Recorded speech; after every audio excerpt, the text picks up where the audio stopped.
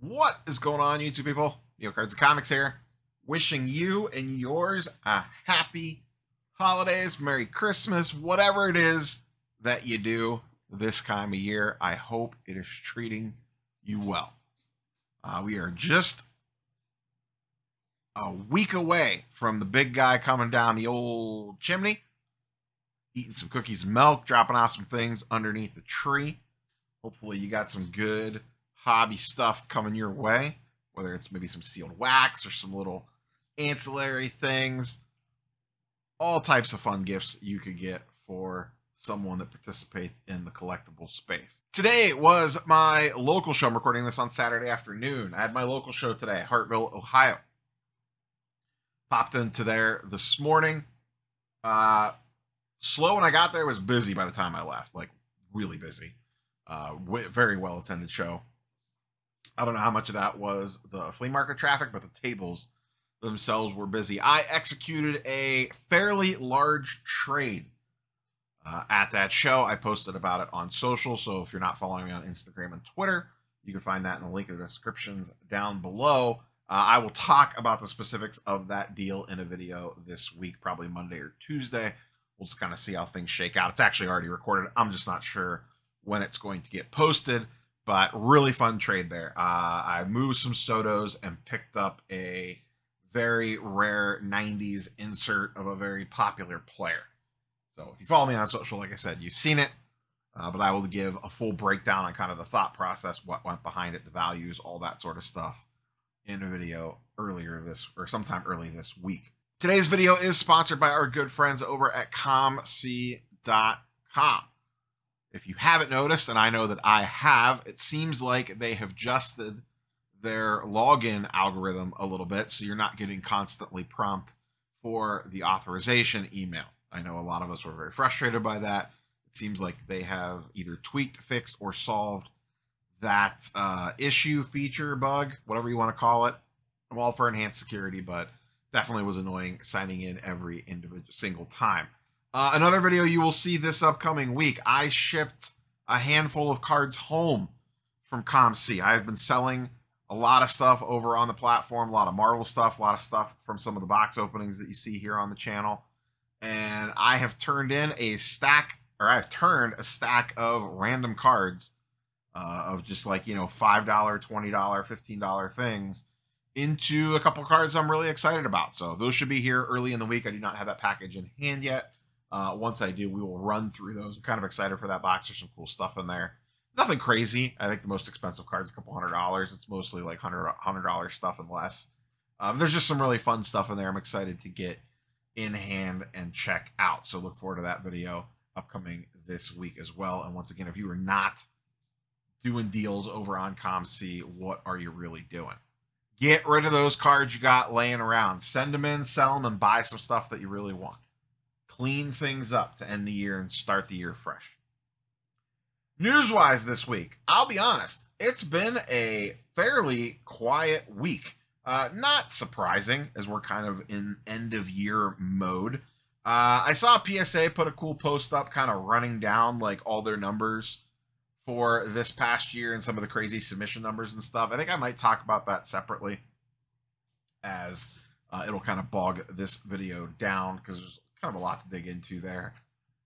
But everyone's kind of in end-of-year mode, coasting into the holidays. We'll see if we get a good PSA special this week or next as we run towards the end of their weekly specials. There really hasn't been anything that has, like grabbed me. Like, oh my God, I have to submit something for this. We'll see if something like that pops up. But generally speaking, a fairly quiet for the sports card world news week. On the field stuff has definitely happened. Herbert's out for the season now. We'll talk about some of that stuff. The Ohtani thing, obviously, switching teams is big news in the sports world, but card specific stuff, nothing super crazy this week, which is, I'm actually, I'm kind of okay with. It's nice when things are just kind of churning along and nothing absolutely wild has happened. Probably the biggest hobby related talking point besides Ohtani. Ohtani's actually probably number 2. The number 1 thing this week has definitely been Bowman draft. Everybody losing their mind over Bowman draft one way or the other. I've talked about it in a couple different videos. The chase for the Brady, is it marketing genius or a gimmick? I saw Jeff Wilson did a bunch of content around it. Everyone's kind of had their, hot take on it one way or the other. And as I've said multiple times, this is one of those, it's a little bit of both situations. It is brilliant marketing. It is absolutely genius. The amount of exposure they have gotten for that product is more than has ever happened for Bowman draft, for probably any Topps product, let's be honest. This is probably, from a non-sports card space, this is probably the most a sports card product has been talked about in a really long time, especially baseball. Now, they're talking about it for a retired football player, and it does feel a little gimmicky in some regards. And I do agree. I saw Jeff put out a post saying, he understands both sides as well. And I agree. Like, it's not, it could be good marketing. And I can also think that the Brady is probably not a good buy at current prices. We'll look at some of that stuff here in a minute. That card is overhyped, getting chased, getting pumped, whatever you want to throw at it. And it is probably not a good investment. It's probably going to come way down in value, whether you're talking about the base, the refractor. Maybe the autos don't because there's so few of them. I don't know. But it is a marketing success. Now, it has had an impact on the secondary market prices of Bowman draft. Those box prices have stayed inflated. They've basically stayed flat post-release so far. You can see here, draft boxes, jumbos are still going for about $550. And super jumbos are still sitting a little over $700. This, in regards to like hobby buzz, along with Ohtani, the other thing, I didn't pull anything up on this, but we'll just kind of talk about it here since we're talking about wax, is the chase for Donruss football, in addition to Bowman draft. Donruss football, mostly, I saw so many posts this week as it hit retail. Blasters, mega boxes, hobby boxes. Everybody, it's downtown craziness. Everybody is chasing downtowns. I saw people hunting for Donruss retail at the local show today. I've seen tons of, this is the first time in a long time I have seen people posting in Facebook groups with like 40 blaster boxes in their cart, buying them all, trying to chase a downtown. Hey, to each their own. If you can run into it in a wild and it's retail price and you want to grab a couple to rip, do your thing. Are you going to hit a downtown? Probably not. The mega boxes are, which I didn't realize this. I was talking to one of the dealers at the Artville show. They're like $50 retail and they actually have a guaranteed auto. Listen, you're probably not going to hit someone good, but I was surprised to see a guaranteed auto in a retail product. So if you do run into Donruss Megas and you're looking for a good cheap holiday rip, do your thing. Speaking of holiday rips, I will probably rip a box of something this week. I always usually rip a box of the week before Christmas. I think I'm going to do it live, maybe midweek or maybe on Saturday night, like next Saturday night. Hell, maybe I'll even do one tonight and one or one during the week and one on the weekend. I haven't decided yet, but I would like to rip something for the holidays. I typically do. I think I have an idea of what it's going to be, but I'm not 100% sure yet. One last quick wax thing to discuss. This popped up on Friday. I did not even know that this was really coming. Kind of caught me out of the blue. 2023 Bowman University Football Sapphire came out on Topps' website. I don't know if it's still available or not. I did not see it when it first went up. I grabbed them later in the afternoon. They're $150 a box. I believe it's one guaranteed auto, 2 parallels. It's limit 4 per customer. I snagged 2 of them. It's $300. I figured, what the heck, for a Sapphire product, guaranteed auto, I would take a swing at it. My thought process here is, if the rumors are true that a lot of the top quarterbacks are Fanatics exclusive, this could potentially be a good opportunity to maybe get lucky and hit one of their autos or a cool parallel or something like that. And, send it out for grading, get it back in time, and have it in hand for the NFL draft in a few months.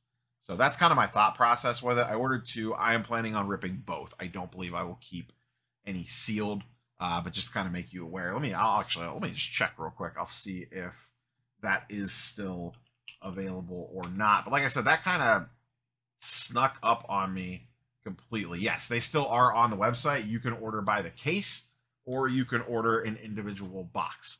But it was not, for as much as we talk about Topps' marketing, this one I think snuck up on a lot of different people. Here's the hobby boxes. Like I said, I believe it is find one autograph and at least 2 parallels per box. So not the worst looking cards here. Ooh, that one's ugly. I hate Michigan, but you get the idea. Sapphire, Sanders is going to be a big one. Caleb Williams is in the product. Drake May, I think Bo Nix is in there. All sorts of guys. All the top rookies or soon-to-be rookies are in the product. So if you're looking for a cheap little Christmas rip, depending on if these are still available or not, might not be a bad thing to pull the trigger on. We'll see. I definitely ordered a couple. Swinging back into Bowman baseball. The Brady prices are absolutely wild. Here is a out of 25 orange refractor, currently at $15,000 on bids. Just absolutely crazy stuff. This one ends later tonight. This will end by the time you all see this video. I'll probably post this in a community post. This is just a base. No auto, no nothing. PSA 10 already graded. This was one of the ones that Blez hit that was graded on site at PSA. Already at $2,200. And this is kind of what I was talking about. I don't think these prices hold for this nonsense, but it's definitely a marketing win. You got to give them that. Orange refractor is another one for 20 running. It's at 22,000. That hasn't even ended yet. Absolutely wild numbers on some of this stuff. I thought there was a gold up for auction that was running that was at a ridiculously high price. I could be wrong. There's a 25K best offer buy it now. Yeah, I think 22,000. Here it is. The gold 15,000 with a day and a half left on it. Sheesh. Gold out of 50 or the orange out of 25. Those are the two big boys there running currently. But wild prices on these Brady autos. Even the non-autos, like I said, are going for some pretty crazy prices. It's not for me. One, I'm not a Brady guy. Even if I was, this is not the card that I would potentially be chasing. Sticking with baseball, let's go ahead and transition over and dive into market movers, talk about the Ohtani stuff a little bit more. Link in the description if you want your own version of market movers. Ohtani switches teams to the Dodgers. Nobody is really surprised. It kind of seemed like where it was going to end up all along. And his prices really haven't shifted a ton. I pulled up a lot of his main 2018 stuff. Over the last 30 days, very little price movement. His base refractor is down 10%, pink's up 20%, prism is flat. The pink refractor update is up slightly. The hitting debut is up slightly. His Topps Heritage is down slightly. Nothing super crazy. And if you just kind of back this up to the last 7 days, nothing wild is happening with the Ohtani stuff. I think a lot of it is everyone kind of knew that he was leaving. I think most people assumed it was the Dodgers. And I think what ultimately is really holding him down in pricing is the injury. The aspect of the injury and what does the pitching side of him look like. And this is something the boys over on Spitballin', we're talking about Teapot and Scotty B and Filmington and those guys. We're discussing, does he have a down year next year? Because last time he had Tommy John surgery, his hitting kind of suffered the following season. And if that happens, that could really hurt his prices. Because we all know the market is fickle. It does not take much to tank a player's prices, even someone like Ohtani. So part of me is, I don't own any Ohtani, but it will be something I will be keeping a very close eye on, especially if he gets off to a slow start or struggles at all next year. There could potentially be a buying opportunity. We'll see how the rest of the thing shakes out, but Ohtani stuff, not really moving super crazy. I did pull up, this is his first Bowman auto in a PSA 10. This is the batting one. It's kind of interesting here because I wanted something that was like outside the refractor, like a more expensive kind of headliner card. This is what it was going for back in the summer when he was at kind of the peak of his powers. This is a $20,000 card. These are super rare and super popular. after the injury into the fall and winter, this got all the way down to around 11,000, a little over 11,000. And then it did pop back up with the move to the Dodgers, back up to 14.6.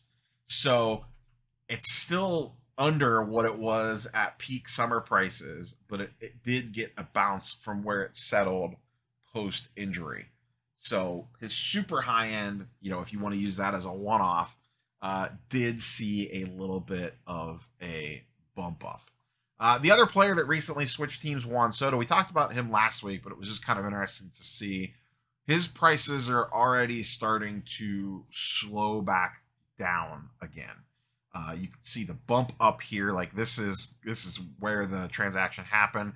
That gold line at the top is kind of like the perfect representation of this. That's actually his 2018 gold. You can see back in just a month ago around Thanksgiving, it was just under $900. The trade happens, it spikes up to 1.25, and then it immediately goes back down again, back down to 1,000, and then back down to under 1,000 the next sale after that. So we have the spike sale off the news, and then it's immediately back in line with where it was at prior to. And you're kind of seeing that a little bit with some of his other stuff. The red line there is the hands-on hips variation.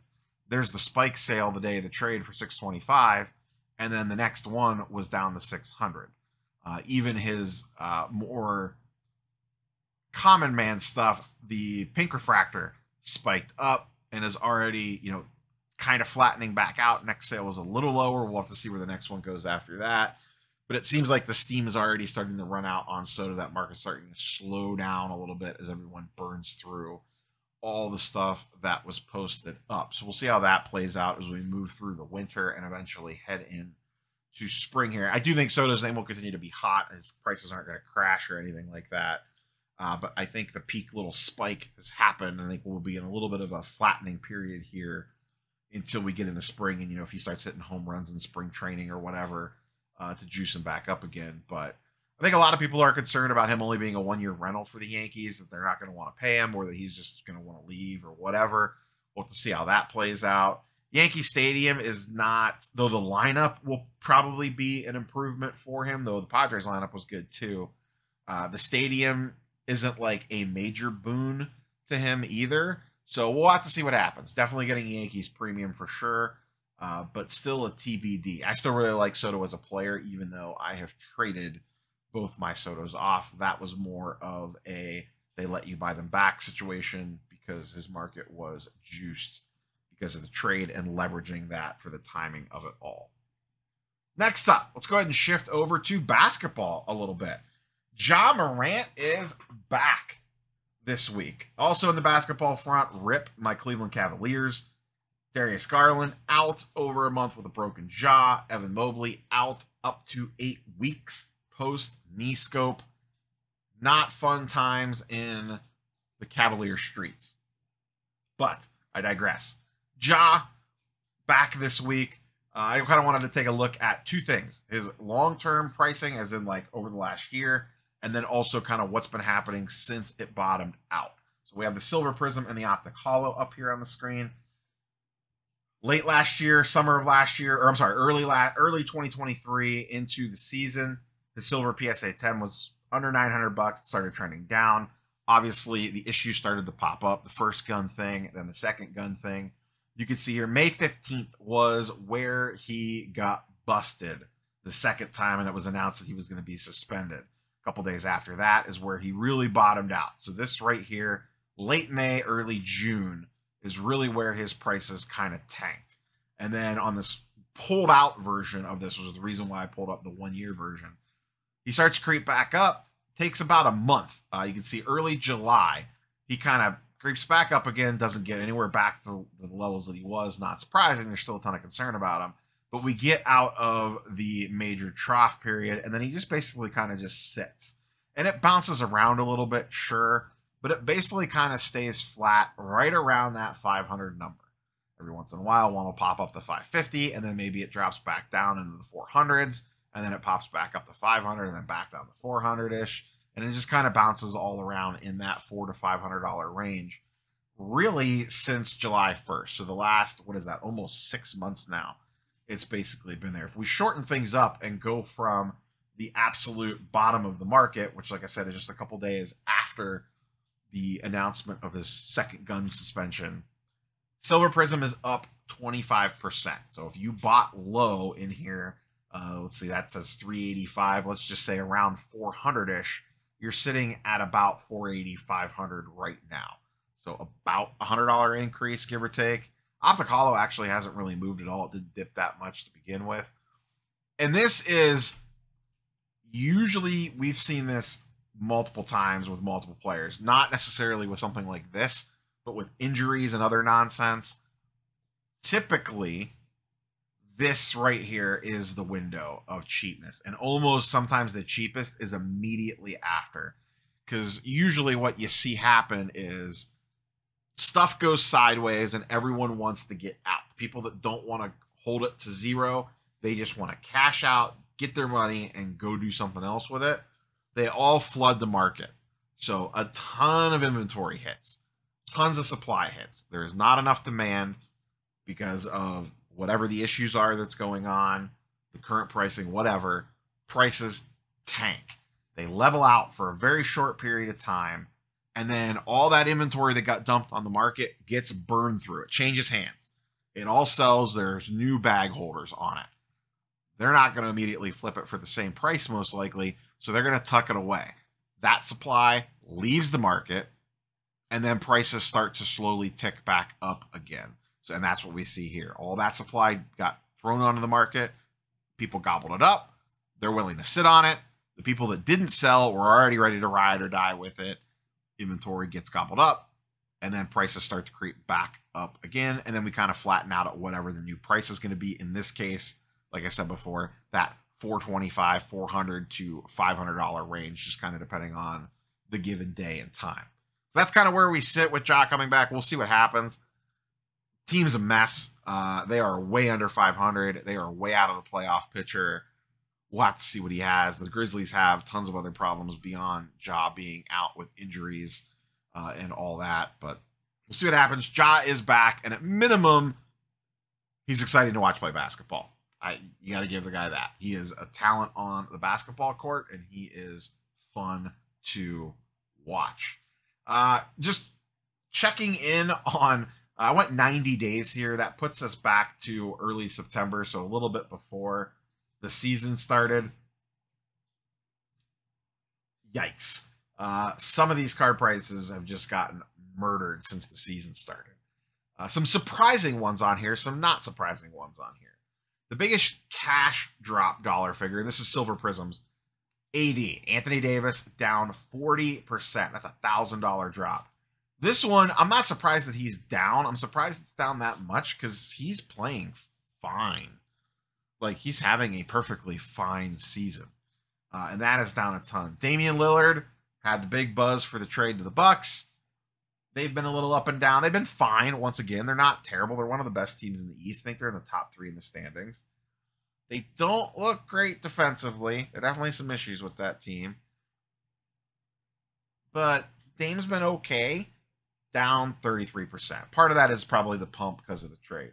Devin Booker, Suns, haven't had Bradley Beal all year. They look pretty good. Booker and KD playing great.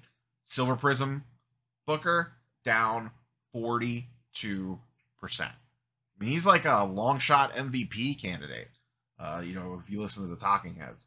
Luka down a couple $100, 1,500 to around 1,000. It's basically been sitting at 1,000 since a couple weeks into the season.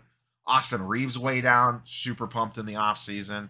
You got all the buzz coming out of the Olympic stuff and has underperformed. Actually been picking it up a little bit lately, but underperformed the start of the season. Big drop there, 56%.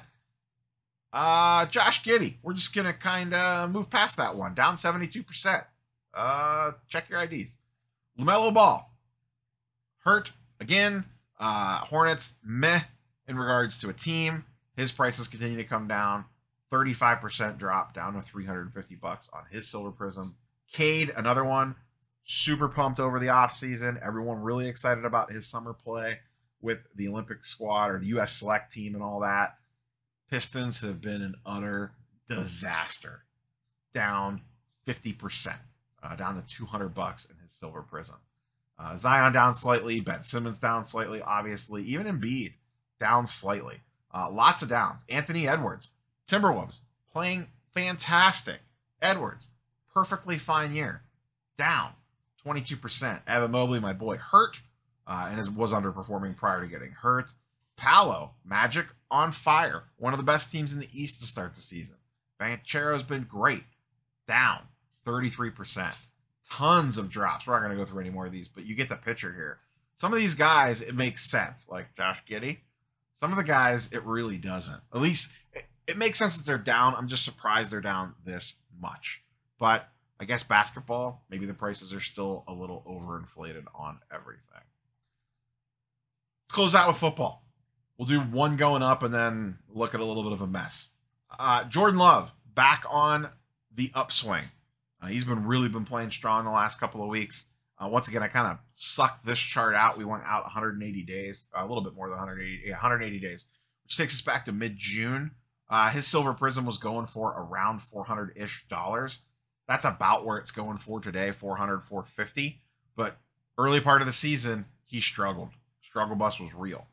He started pretty slow, or was just whatever. He was fine. He was an average NFL quarterback. He's really turned it on the last couple of weeks, and his prices have picked right back up again. See, season started, his prices stayed flat. He kind of tailed off. Prices started to tank. This got all the way down. Where did this bottom out at? $171 for a J Love Silver Prism. And then just a couple of weeks later, a month later, back up to almost $400. This is what we talk about all the time. Sell them at the National, and then look to buy them back later. Are you going to win on all of them? No. Is it going to bite you in the butt on some of them? Yes.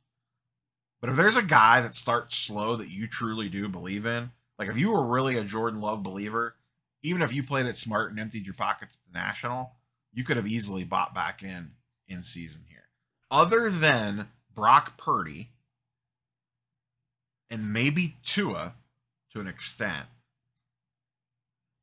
that's kind of the end of the list, at least quarterbacks, of guys that you would have like looked back on and been like, oh, why did I sell these guys in the summer? Oops, I've made a mistake. That's a pretty short list. It really is. And you could say like, oh, it's a bad year for quarterbacks, lots of injuries, this, that, the other thing. This is not a new pattern. Go back. I've made the video at the end of the football season. Every year I've made content, so there's probably 2 or 3 of them out there. The same thing happens every year.